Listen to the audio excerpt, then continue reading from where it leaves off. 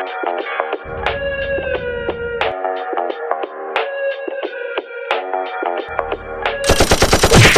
dissing, we don't see the competition. I drop off a ransom note that your art is missing, nigga.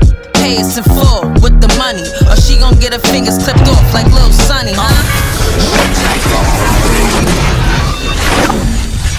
MRecktv. The Murder Inc. rap group. That album should have happened. I gotta do this album with Ja, whoever it is, whether it's Jay-Z or DMX. That should be in their mind. Like, yo, that gotta get done off the strength of what Irv did for me in my career. What's your take on that situation? All three is generating millions of dollars. So that's why we thought it was going to be easier. But it's also why it's going to be hard. Peace, worlds. M.Reck for MRecktv. I got a special guest in the building with me. My brother, could you let the people know who you be? Yes, sir.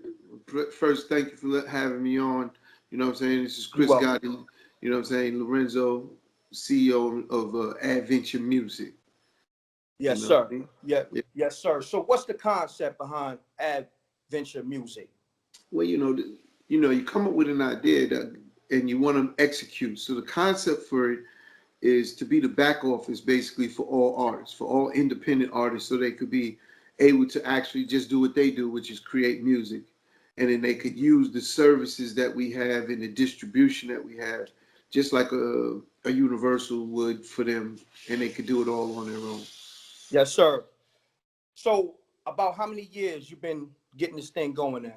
Man, people don't realize the length of time. That's a great question. If I told you, I thought that the idea of Adventure Music, when I first created it, it wasn't called Adventures. It was called Who Cares Music Group. And that's back in 2007. Okay. So I didn't go live with Adventures from after. I came up with the concept, the idea, developed it. But in 2007, the reality was the world wasn't ready yet for independence. Everyone was still very much into deals with labels. So as the time went on, I started. There's a guy, Datwan Thompson. I know him. That's my good brother right there. He runs Vibe magazine. Fact. He meets up with me and talks about this idea that I have with Adventures. And sure enough, he said, "Why don't you start it? What are you waiting for?" And I said, "Oh, it's not right yet."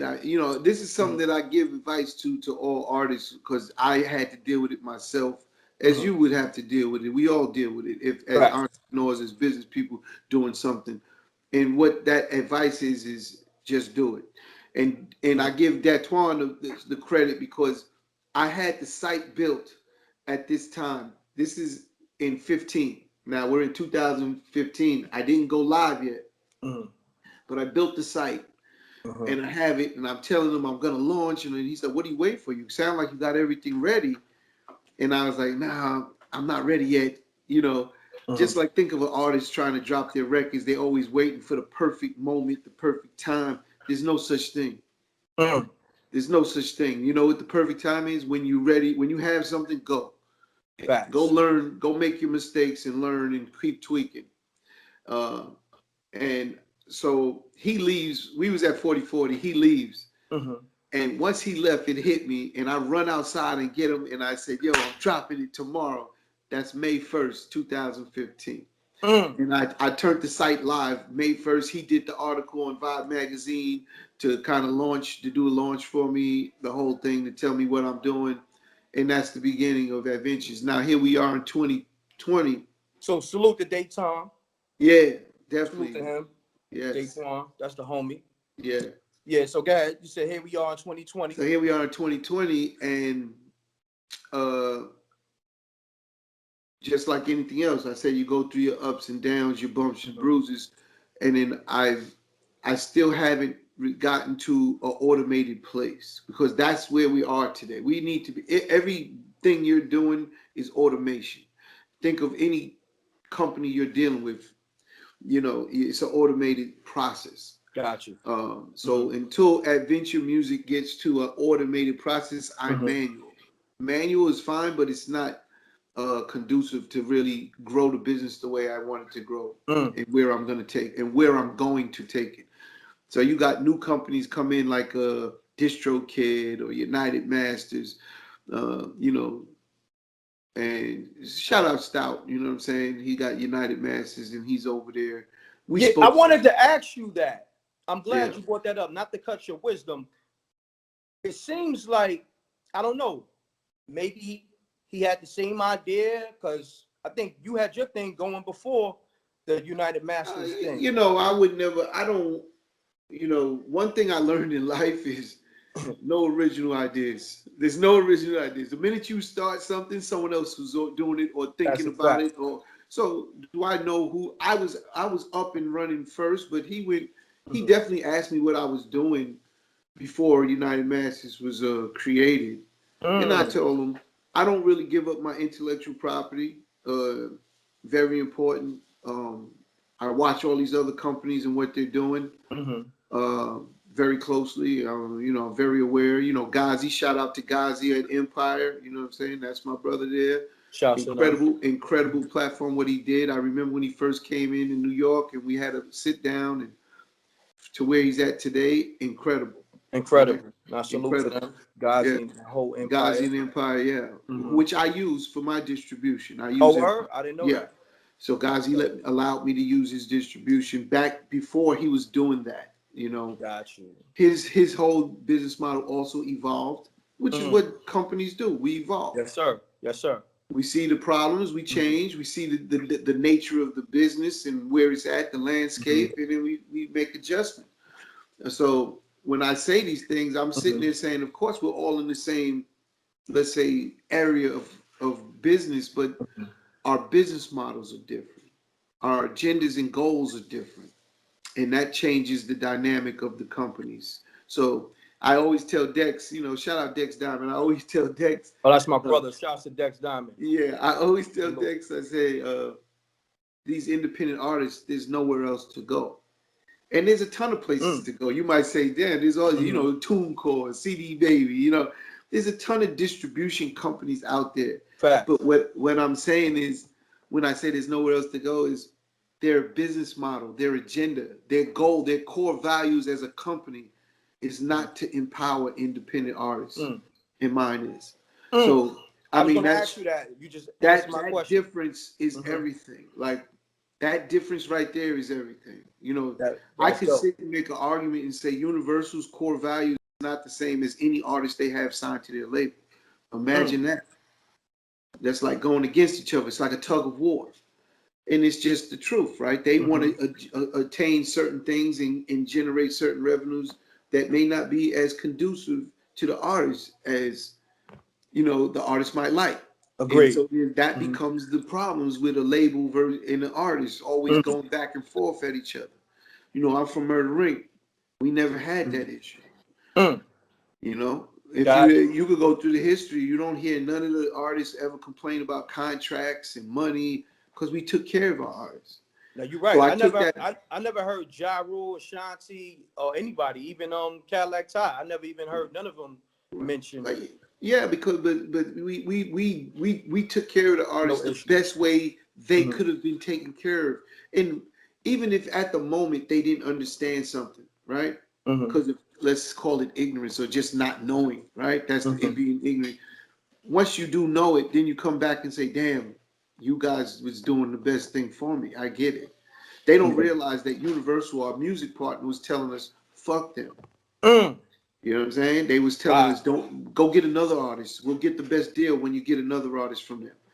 Put some pressure on them. Don't give Ja the best deal. Don't give Ashanti the best deal."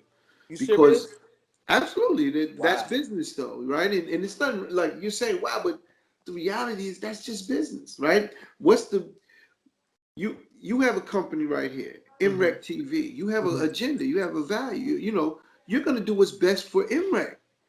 So what's best for M.Reck may not be best for Chris Gotti right now to be here, right? So it's two different agendas. See, this is just part of growing up and understanding business. In the beginning, when you don't understand it, you get upset. and you get pissed off, and that's why you see all these artists, they don't really understand. And yes, labels are very aggressive in their approach to business. So let me say this. I'm glad we're talking about this because I'm one of those people, maybe I got too much integrity, but is a such thing as corporate business, and business and corporate is done a different way. Absolutely. It's pretty much no integrity. It's just about numbers. You know, I don't want to say that there are some executives with high integrity and core values. Okay.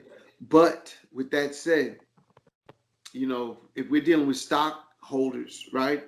See, there's different types of business you learn about. So if you're dealing with shareholders and they have to report to that board about how they're generating profit and why, they have to answer to those decisions they make. And if those decisions turn out to be against what the board thinks is what is best for the company to get a higher, you know, IPO or whatever, you know, stock value, best believe that CEO is going to change his core value because he got to keep his job. And in corporate America, self-preservation is the highest level. Meaning they'll sell you out in my opinion, they'll sell you out in a second. They'll sell you out in a second, just so you know, just to sell you out, just to get their best deal, to keep their job, right? Got you. And that's why you see or say what you say about the core values of all of these artists. I mean, of these executives, and it's very hard or difficult to get away from. Then if you go lower in the food chain, down to A&Rs and reps that work, oh, you best believe they're getting marching orders. And artists just don't understand, and they blame those guys. And I'm like, but they're doing their job. Like, you go to McDonald's, you got to do your job, right? It's no different. You can't make the burger the way you want to make it. You got to make it the way they're telling you to make it. Okay. It's simple as that. I get it, but let's do this scenario. And let's take it back to Murder Inc. Yeah. When Irv Gotti, your brother, got there, well, I say y'all. Yeah. Let's get this clear. What was your position at Murder Inc.? Was you president? I was the underboss. So he was the CEO. You was president? He was the boss. Okay. I'm being funny, but we had business cards. And if you was part of our company, Irv was the boss, I was the underboss. We took mafia titles, lieutenant, campo, you know, depending on what you did. So at the end of the day, I was vice president. Got you. He's the president. He was the president. I was vice president. Now, you bring me back to when Irv Gotti got to Def Jam. He was the A&R, and at that time, he signed, of course, Ja Rule, DMX, and Jay-Z, right? Correct me if I'm wrong. Absolutely. And that right there, I guess, helped Def Jam. Not help save them. It's a difference. Save them. Leo Cohen at the time was, you know, Universal, which is Def Jam, was signed under Universal. So Universal was a Polygram was owning Def Jam at the time. I remember that. Polygram Records. It wasn't Universal yet. Universal looked at the balance sheet and was coming in and buying everything. Okay, and Polygram was going to get swallowed up by Universal, and Leor, Russell Simmons, they was about to lose Def Jam. Damn. Because they're not doing enough numbers. Their numbers wasn't strong enough. They was going gold with like LL. They didn't have platinum plaques at the time. And that was some Irv came in very strong-minded, very ignorant, very important. I say that because when you learn business, you know, part of my biggest challenge in business is staying ignorant. And I'm gonna explain what I mean. Because the more you know, the more you start putting yourself you're limiting because you're like, damn, we can't do that. This doesn't work. That doesn't work. Irv was very ignorant. He didn't know what didn't work at the moment. He's very fresh and green, and his energy and passion and conviction of what these music was. Let's talk about DMX. You know, DMX, he got laughed at Def Jam and quit because they said, who's going to listen to a barking chihuahua? You know what I'm saying? And Irv's like, y'all don't know music. This is what it's about. I'm not coming back here. I'm not fucking with you. And I'm taking X with, you know. Leo started coming to the house, telling us he's going to lose Def Jam. And Irv's like, we're going to sell 5 million records. We got Ja coming. We got Jay. Like, what are you talking about? And Leo's just looking at Irv like, if Like it you was crazy. only, yeah, because he knows better. Mm-hmm. He's like, if it was only that easy. But he, to his credit, and I tell everybody when they talk anything about Leo, you bet to his credit, he allowed Irv to do what he said he was gonna do, and supported it. And then when it worked, it made the whole change of not losing Def Jam, but now acquiring it and getting a big check, a 9-figure check for him, Russell, and the rest of the guys, Julie Greenwald, Kevin Lyles. Got you. And they got paid and got to retain the control of Def Jam and ownership of Def Jam. You know, I can easily make an argument in saying if it wasn't for Irv, that never happens, right? And I could easily make an argument and say any artist that came after that was directly affected because of our success. See, when you understand business, you start understanding these things, right? You understand the reason Nelly, Ludacris, is because Murder Inc. was so hot. We got to dominate the way music was broken, which is through radio back then. Facts. So because we called Irv a radio whore.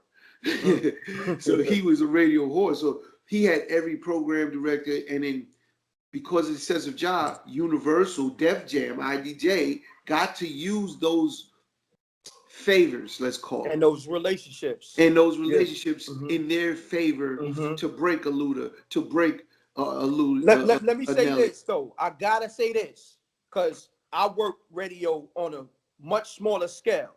Sure. That ain't easy. Oh, so no. Salute to you and Irv, because you know, hindsight is 20/20, so it's easy to talk about it after the fact. That ain't easy. But when we're ignorant, right? We didn't know the business at the moment. We're just doing what we feel in our hearts, and then I'm just taking care of business, making sure we get our money. And when you start realizing the true way everything works, like you're saying, you was in radio, you understand how hard or difficult that is. We didn't know. It's one of the hardest things outside of selling records, radio, especially with these DJs and program directors. Man, them politics is a it's whole so different type of political. politics. I told her if I can't do it because it's so political. Because one guy that you're friends with is against the right guy next door to him, and you got to figure out how. And they're like, well, this, and they want shows. They want, man. And Irv, they would do shows for nothing for all of the program directors. Wow. And that was how we got our favors. But then Universal would go and take our favors. This is what I mean. Ooh, you know, that's crazy. No, it's business. It's business. It's business, but we didn't know it at the moment. At the time, we was very ignorant. We didn't understand it at that time. You know, I could go into even deeper. They hired a guy named Ken Lane. Shout out Ken Lane. You know what I'm saying? To run the pop division for Def Jam, a rap label. If you're in radio, you know rappers didn't go pop. We wasn't getting played on Z100. We got played on Z100 without no one working the record, which was never done before. So then they hired Ken Lane and his whole staff to start working pop. So we created a whole pop division for Def Jam. Wow. Imagine what that worth. Again, this is hindsight, 2020. Priceless. Yeah, but at the end of the day, you know, like I said, we was very ignorant. So here's the catch. The ignorance, you don't understand the true values.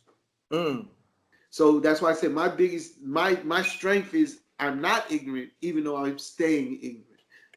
Staying ignorant means to me is staying outside the box. If you look at my shirt, let me see if you get it. You see that little box? That's outside the box. Oh, so I like that. I like that. You know, that's the few people that stay out. The big. That's a gym though, right there. That's a gym. Yeah, that's a fact. Everyone's in that box. The majority of the world is in that box. Only a few go outside. Yeah, I'm outside and that's that really, box. When you go outside the box, I like always talking about a Kanye, right? Shout out Kanye, Yeezy. Salute, you know what I'm saying? He was going on those rants. You don't see him ranting no more, right? You don't see those kind of outbreaks. Why? Because he got what he was looking for. Right? Which was he couldn't understand how they're not fucking with him, and he's this most creative. He creates these incredible things, and how are these guys that control it not helping him with that vision And now they are, and that's why you don't see the rants anymore. He'll go on different types of rants now. It's not about business, but he stayed outside that box, right? He was different. That's ill. You cracked the code, because I told people years ago, I said Kanye is doing these rants for a reason. It seems like every time he do these rants, he get what he wants. You know what I'm saying? So it's strategic in a sense. Well, you know, Sway's my dude. When he shouted out, when he was on Sway, he said, "Sway, you ain't got the answers." He's talking about dealing with those billionaires that control it, that Sway may never had the opportunity to do. And he's like, "You don't have the answer, Sway," because he's like, "You don't understand the fight that I'm fighting." You understand? And they put you in that box, and they want to play safe. Remember, corporate America plays safe. They're printing money. They print it. They don't need to take the risk. But the risk is the money, like what Yeezy just did. That's what happens when the risk works. You know, multi-billionaire in a short amount of time. And believe me, then he went to Gap, and they seen the numbers. You know how hard it is to move a company like Gap's numbers? The way he just did it. It's, you know, to what's move his numbers looking like at Gap? Let me explain something to you. I'm gonna just give you something real quick. Like, to move a company that's worth $1 million, it's not that hard. $10 million, it gets a little harder. $100 million, it gets a little harder. $1 billion, it gets even harder, because the market size. How do you get more money out of the market share? Right? How many people fuck with Gap? How do you get more people to fuck with Gap at this point in time? Right. And that's what Yeezy just did. Oh, they gotta pay him. They gotta pay him, and I'm sure he's gonna get compensated as well. You know, think of a 10% increase, right, on $1 billion is $100 million of new generated revenue. Right. Then add it into the multiple. See, of how corporations are really evaluated. They don't evaluate you by that number. They evaluate by how long can it do it. So if you're $1 billion and you could do it 10 times, they tell them, "Oh, we could buy that company for $10 million." They give you a 10-time multiple.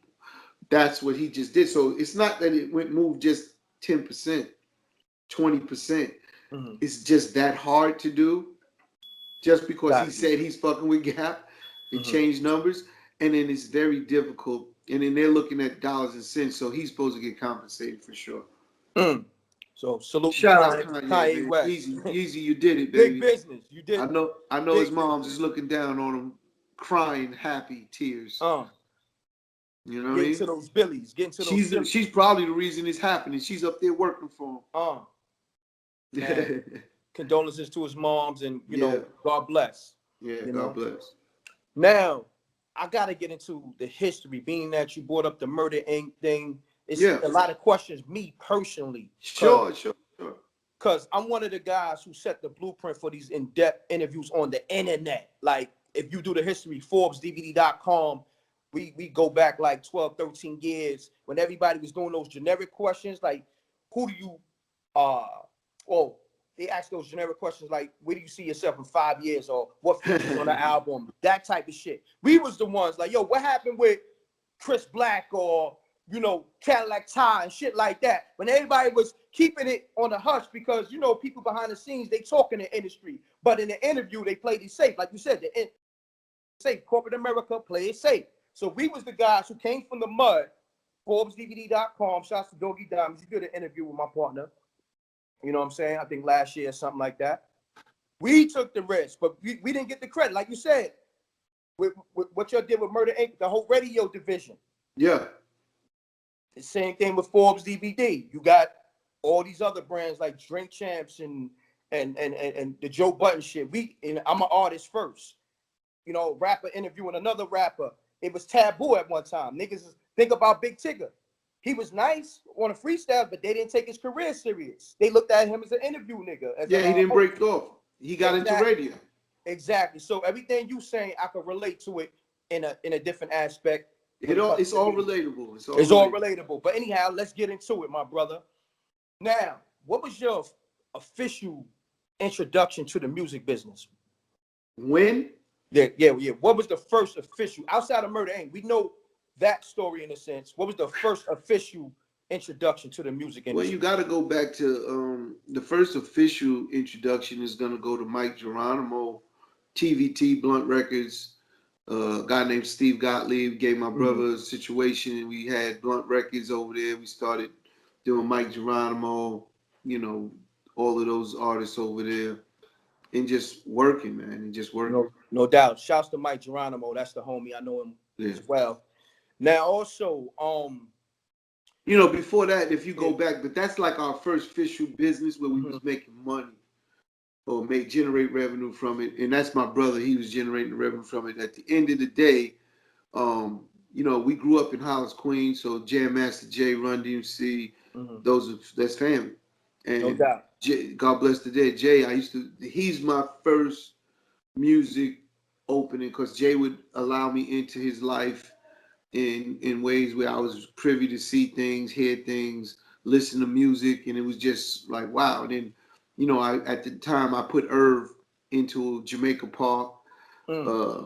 This is like the very beginning of our music like aspirations. Gotcha. Jamaica Park. He took over the park as the DJ for Jamaica Park in Queens, which is huge because all summer we rocking and everyone came through the park every summer. Like and Irv was the DJ, he killing it. Salute, man. Yeah, y'all put a lot of grind in, man. Man, the length of time, you know, when people tell me how long they've been at something or things like that, it's like, man, I believe it's about 16 years before we got to any type of money revenue. Wow, salute. Yeah. Let me ask you this now. Okay, Mike Geronimo was the first artist.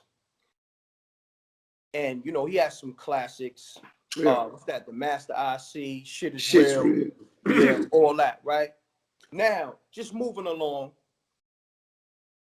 why you think, well, of course, they two different artists, but Mike Geronimo and Ja Rule, I'm looking at Mike Geronimo like before, pre-Ja Rule, in a sense. You know, he was your first artist. Why you think he didn't go to that next level with y'all?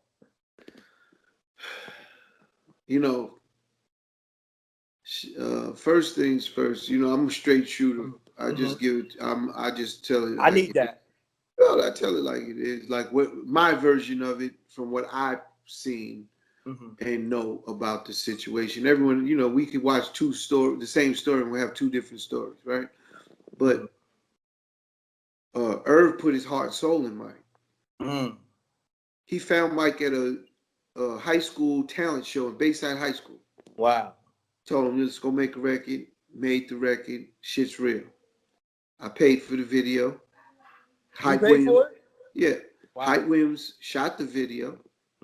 Hype Williams shot the video. Yeah. This is before Hype Williams, though. That's how long we go back with Hype. Hype Williams shot the video. He shoots the video because he was basically taking film stock from off of a Ralph McDaniels video, because Ralph McDaniels shot all the videos back then. Facts. You know, video jukebox or whatever. You know what I'm saying? Ralph McDaniels, that's my brother. Yeah, shout. That's my dude too. And he was taking film stock from, I believe, a Jodeci video. Because back then, film and cameras cost so much money to get, like the videos. Facts. So expensive because you had to buy the film. Yes, sir. We didn't. The money I gave him 5 racks for that video. Oh, back then. And that's nowhere near that. 5 racks was like 50. Yeah. You know what I'm saying? Back then. He rented the cameras, but he didn't have the film, but he got the film, all the film stock from there, and we shot the video. Mike Geronimo's wasn't prepared for success. Now, you know, there was a moment he went on, you know, that he was on, went to the Ave and he called Irv going crazy, and Irv thought there was some beef. So he's calling me like, yo, something's up with Mike. And he goes to see Mike, him and Chris Black. And they go see Mike, and Mike is sitting there shook. And he's like, what's wrong? What happened? Who touched you? Someone fuck with you, whatever. You know what I'm saying? He's like, nah, niggas is comparing me to Nas. Wow. And Irv was like, nigga, that's a great thing. We're going to get this money. We're going to get this money. You know what I'm saying? But the challenges of an independent label, right? Here it is. Blunt Records is not a major. And back then, the majors, just like today, dominates the outlets to make someone successful. Yes, sir. So we learned that with Mike. Mike sold like 300,000-400,000 units as an independent, which was great. That's major. Which is great. We was fucking with Puff, Biggie, all of that shit. You know, shout, you know, all we was Bad Boy. They helped us with stuff, but again, we're independent. But then when we got to get into the radio part to really make the artists go, we didn't have the leverage and the support because we were independent. Got you. And that to me was Mike's biggest hindrance of becoming successful. And then Irv identifying that situation and problem and going to Steve Gottlieb saying we need more money to do this, this, and this. And Steve is saying no, because he's, you know, Steve Gottlieb had a company called Television Tunes, that's TVT. And that's all the cartoons. He owned the cartoon music. Wow. And all the cartoons. And that's where he made his money. So he tried this rap label, Blunt Records, and he wasn't prepared to spend the money. You know, he made his money from suing people. I say that only, again, part of life and business is however you get money, 20 years later, 50 years later, that's still how you'll get money. Because you know it. So if you know how to sue people, you'll find ways to sue people to get money. Gotcha. You know what I'm saying? I use that example for most people. There's nothing 100% but death, right? But most people, I deal with the large side of business or things. The majority of the times, if that's how you learned how to get money, you always go back to it to get money. Yes, sir. I do it all the time. Yeah. I got 10 other ways to get money, but that one is the main one. You know, bona fide, that one bona fide. That's my safe zone. I know how to do that. Yeah. You're like, I know how to do that. Facts. And that's not just us. That's all people. That's human nature. That's human nature. That's all people. Yes, sir. Yes, so sir. That's why it's very important to ask people what did they do, because then it give you insight on who they are, how they get money, and what they are DNA wise, like as a person. Like again, you know, there's people out there that all they do is troll, and that's how they got their money. But so they're gonna keep trolling. Yeah, they're not stopping. They don't care. Facts. You know, they don't care. They're gonna do it. Yo, you know what's funny that you say that? Because yesterday I posted a video of Mitch Green. Remember Mitch Green and Mike Tyson? Yeah, of course. But yo, if you look at the video now, Mitch Green was probably the first troll. There just wasn't no social media. Yeah, he's an early troll. Yeah, early on. It worked. He got his fight. Fact. So you understand what I'm talking about. He understood. He trolled his way into a fight. It just wasn't called troll then back then. You know what I'm saying? Yeah. So, you know, but yeah, speaking on the whole Mike Geronimo thing, you broke that down. But now, correct me if I'm wrong. You had the first Cash Money clip. Yes. Okay, now that was back in the 90s. Did y'all ever trademark that? Yeah, go ahead, 90s. Come on. Yeah, it was back in the 90s. Did you ever trademark that because you got Birdman and Slim with Cash Money Records? We took Cash Money clip. Yeah, what movie is that? CMB brother. So we got Nino Brown. What's Nino Brown? New Jack City. New Jack City. So that's what we took. That's where the name came from. New Jack City. Got you. They was the Cash Money brothers. Right. And we Cash Money clip. So nah, there's no trademark. This hip hop, man. Yeah, of course. But let me ask you this though: when you seen Cash Money, you know, emerge on the scene, and they running with the whole Cash Money thing, y'all, nothing resonated with y'all to be like, damn, we should have kept that. Not at all. You thought you thinking, but there was no, you know. Shout out Birdman. You know what I'm saying, Slim. You know what I'm saying? Wayne, that's my dude. Those are my dudes. We was fucking with them since, man, years. Back in New Orleans. Before they really got big. So never, you thought of it. We made, I know I definitely had made jokes like, yeah, we had Cash Money click, y'all Cash Money, you know, millionaires, whatever. It's all good. It's hip hop, man. It's no doubt.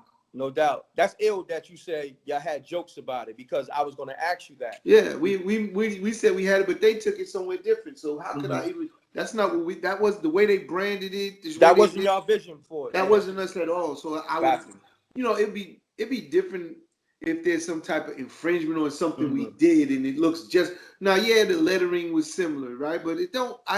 We didn't think nothing about it. They put more bling in their shit, but we didn't look at it no way. Got you. Got you. Now, I got to ask you this. These are my personal questions, man. Yeah. Did you foresee, well, did you and Irv foresee Ja Rule being this mega superstar? Truth be told, Truth be told. when Cash Money Click came out, and I hear those records, because Irv was in the studio, I'm getting money, and I'm feeding her money for music. You know what I'm saying? To help him out, whatever. But now he's popping with his Mike G, Cash Money. He's good. So I wasn't sitting there next to him in the studio making records. He would come back and play me everything. Got you. When I hear those records, the first thing I tell him, who's that? Right away, he said, yeah. He lit up. He lit up. But they grew. Chris Black, 01. And Irv, we didn't know Rule. They all from the Hollis. They all from Hollis. But we didn't know Rule. And we didn't know 01. We knew Chris Black. Chris Black wasn't no real rapper, but he had personality. You know, if I had to compare him to someone, I always say Jim Jones ain't really a rapper, but he got so much personality. That's what make it work. Yeah. You know what I'm saying? So Chris Black had personality. He's hustling dude. You know what I'm saying? Street nigga. You know what I'm saying? And he had personality with a voice, and he had a tone. Gotcha. But let me say this though. Jim Jones did get nice after a while. Oh, no question. Nice. So I got to put that out there. Listen, I'm not knocking Jim. No. I'm talking about he did put out some dope projects, so we got to put that out there. Hey, no question. But that's what happens with anybody. Yeah, when they groom their talent. I knew Jim before he was rapping. So when he started rapping, I was like, word. It bugged me out. Street dude, you know what I'm saying? Running around with all the bloods, whatever. I'm not thinking like that. Then I see him rapping. I'm like, word. But it was style. It was personality. He had that. He had a sound. He had a voice. He delivered those words. See, people don't know when you're dealing with music, that shit gotta hit you. It's a vibe, but it gotta hit people. Yeah, facts. And Jim has that. Yeah, he has that. He got that's what made Jim. So at the end of the day, when cool, but the little dude, I'm like, man, listen to that voice, like, yo. So when you say, did I know? No, I did not know. I would have to ask Irv, but I would say he had a very strong idea he's gonna do something, because as soon as I said it, he said, I'm gonna take him single. What you think? I'm a solo. I said, man, that he's a problem. Yeah, because Ja got a distinctive voice. Like it's a big voice, but it's distinctive. You understand what I'm saying? It stands away from the rest. You get what I'm saying? Absolutely. So, but it's deeper with Rule, right? So we get through that, then we get him solo, and we wasn't gonna put him back on Blunt. So Irv started making records to go to Def Jam, and then that happened. You know what I mean? People think he was on Murder Inc. He just signed to Def Jam first. We got him back. We took him from Def Jam. Oh, wow. I didn't know that. That's ill. Yeah, if you look at his first album, we had to go back. His first album, Holla Holla, with Holla Holla, that's all Def Jam records. Was that Vinny Vedavici? We didn't have a Murder Inc. label yet. Oh, word? I thought y'all did. That's the misconceived perception. The logo was on the album, right? Because we knew it was coming afterwards, so we went back and added it. Now we get it. We have his deal, his record deal already. We're recording his album, and in the interim, we get our deal for Murder Inc. But he's already signed to Def Jam. We didn't get him back to his third album fully. Then he was fully Murder Inc. Wow. Now that brings me to my next question.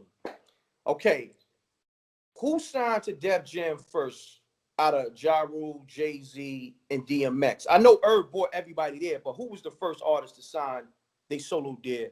They solo deal at I'm sorry, I'm so bad with timelines, but I'm gonna say it was Rule had his deal with Cash Money Click first.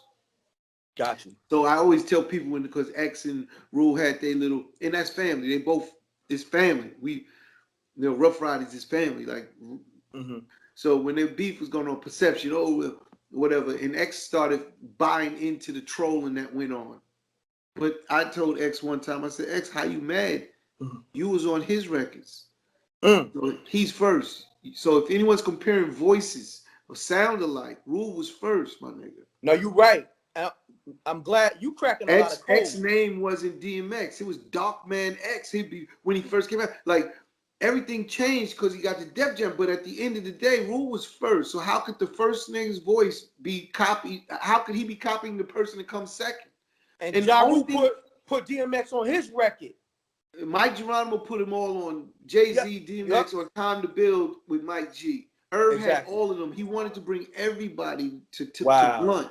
If Blunt put up the money, Def Jam may not exist. Because Irv was bringing everyone to Blunt. Jay, everybody, but they didn't have the money, so he couldn't bring them. Then he brought them to Def Jam. Got you. Now, this is a billion-dollar question. Now, Irv at Def Jam, he got the power to sign artists. The Murder Inc. rap group. This is a two-part question. You already know where I'm going with it, but let me get it out.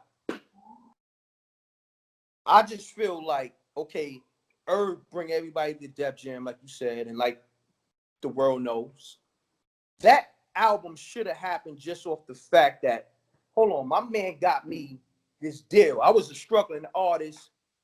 I gotta do this album with Ja, whoever it is, whether it's Jay-Z or DMX. That should be in their mind, like, yo, that gotta get done off the strength of what Irv did for me in my career. What's your take on that situation? Outside, we know it's egos, but I need your take on it. At the end of the day, we was in our careers. So generating revenue, money, millions. Fact. All three is generating millions of dollars. So that's why we thought it was going to be easier. But it's also why it's going to be harder. Oh, yes, sir. And we, that cover, that XXL cover with the three of them, that's when they got agreements that they're going to do it. That's why that cover was there. So that we was talking about it on the photo shoot of the cover and everything. And the idea was a third, every dollar. Whatever it costs to make, spend it, and then Rough Riders gets the third, Rockefeller gets the third, Murder Inc. gets the third. Recoup whatever spent. Sounds fair to me. And just divide it up 3 ways. Irv wanted to go to like Trinidad or Jamaica to record the album, go out there for like a month and record the album. Had all the music ready. And we would have took in other producers, of course, you know what I'm saying? Swiss would have came, you know what I mean? I forget the Rockefellers. Yeezy would have came, you know what I'm saying? And we went out there and made maybe Just Blaze. Yeah, Just Blaze. That's what I was looking for. Thank you. Just Blaze would have came. We would have had a monster album with those 3 artists. Irv had the concepts of the songs. He had the whole thing mapped out in his head, how he wanted to structure the songs, what types of songs. There'll be some solo records, of course. Each one should get a solo. That maybe it'll be just a duet. It doesn't need to be all 3 on every song. If you want to. Got you. So he had the whole thing kind of figured out. Irv is a monster with that kind of shit. And then it got Irv down is to a genius, man, musical genius. So salute to Irv. Yes, both of y'all. No doubt. He's definitely one of one. That dude is different. And is that your younger brother? That's your my younger brother. I raised him. He's 3 years younger than me.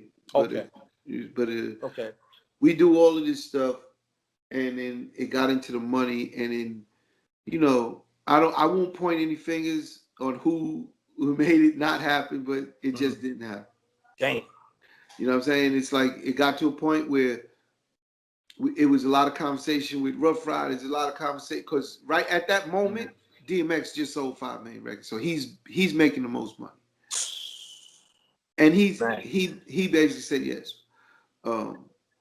Jay, if you the truth be told, Jay and Rule was probably even sales wise at that moment. Wow. Well, people don't. A lot of people don't know that, though. A lot of people don't know that. I'm glad you. No, after that, Rule was outselling him. Like that's what people don't realize. They think Jay was outselling Rule, but that wasn't the case. Rule was outselling Jay. You know what I'm saying? And all good. We was tried to do no ego, just get it done, and it's Facts. something Irv wanted. It's his vision, and it was messed up because it didn't happen. We was a little sad about it not happening. You know what I mean? The world is sad. I'm sad, and I just feel like outside of the fucking egos, niggas is supposed to do that. Here we are in 2020. Imagine that album got made. The historic side of that album would have been incredible. Forget about it. It'd been crazy. But you know what's so crazy? Even this though, that album didn't happen, and another album that should have happened. Imagine a Ja Rule and DMX album. You understand what I'm saying? Man, crazy. We was, when you get into Murder Inc., in my opinion, we got shorted. The world, not like the world got shorted. Got you. We got shorted on music from probably one of the best writers in the game, and that's Ja Rule. Speak on it, man. I'll put his body work up with anybody. Like his way of structuring song. Once he got to that point, he was unbelievable as a song maker. We was writing records for everybody in the industry, all R&B artists, giving niggas hooks, rock and roll bands, like making songs for them. Like, and Rule was writing it all, like no problem. Like he was just in his zone, and we get shorted in that space because of the government coming in, and basically making Universal, our music partner, cooperate with them. Dang. Against them. So imagine, how can we put out music? Most people might think it's 50, and I'm like, man, you understand?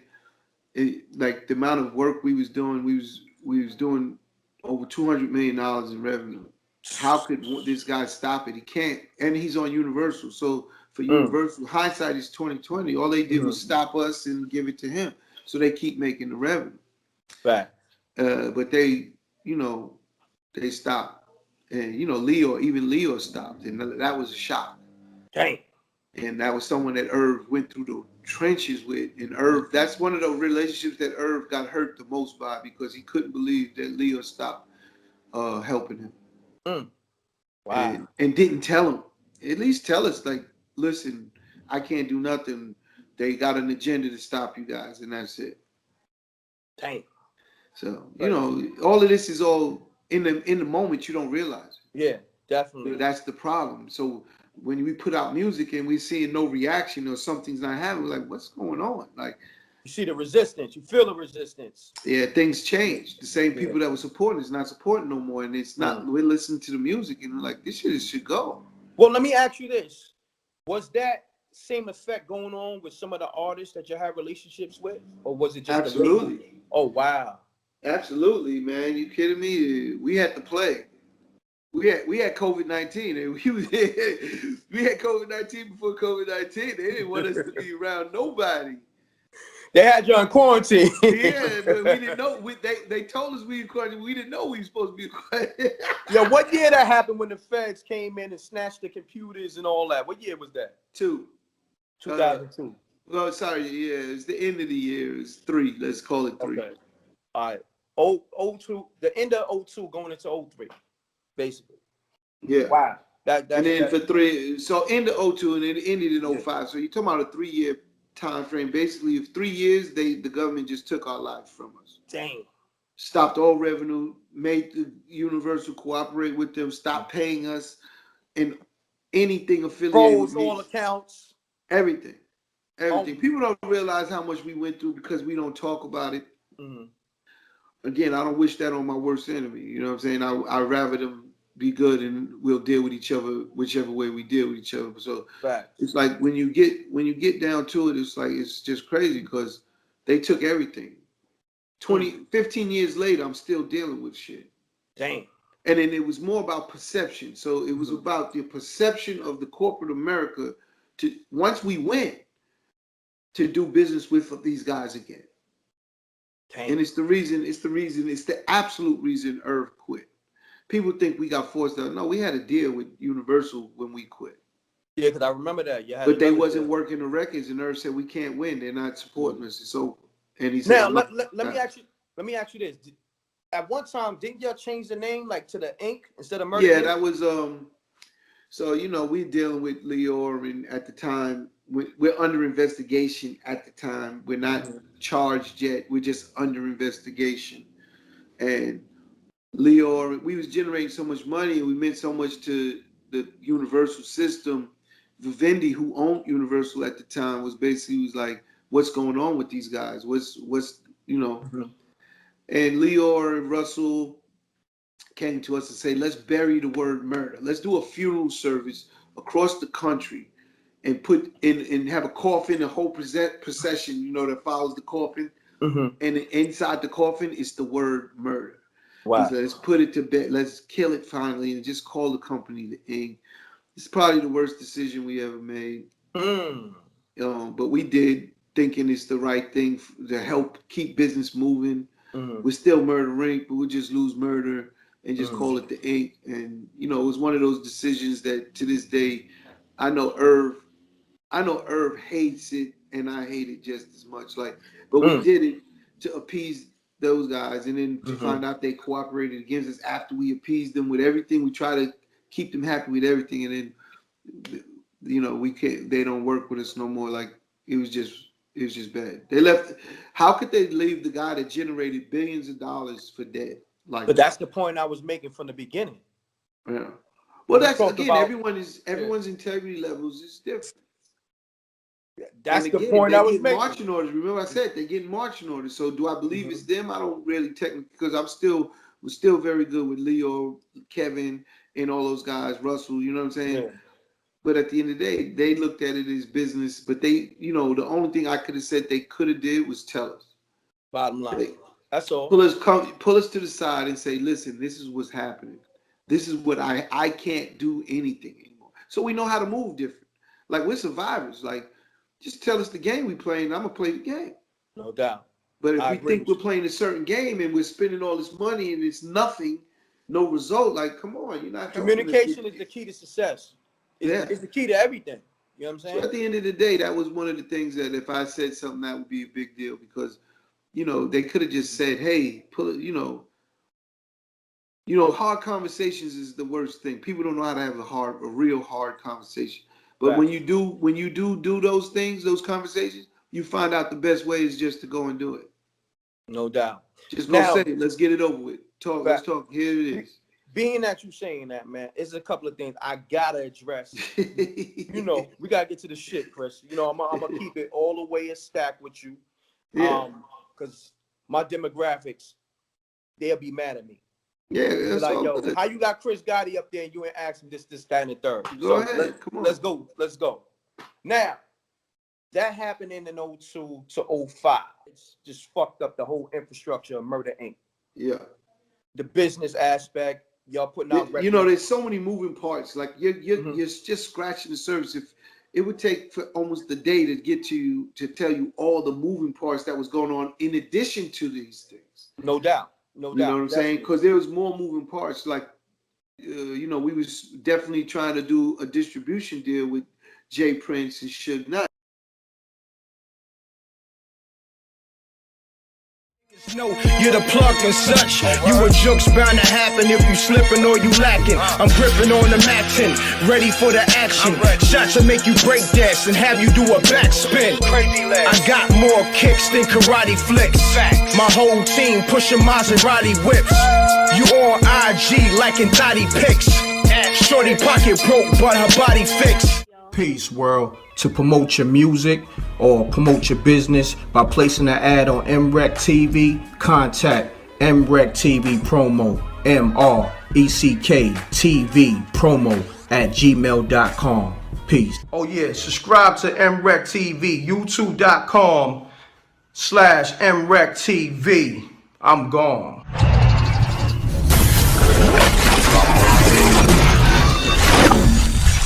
M.Reck TV. Let's cut the music.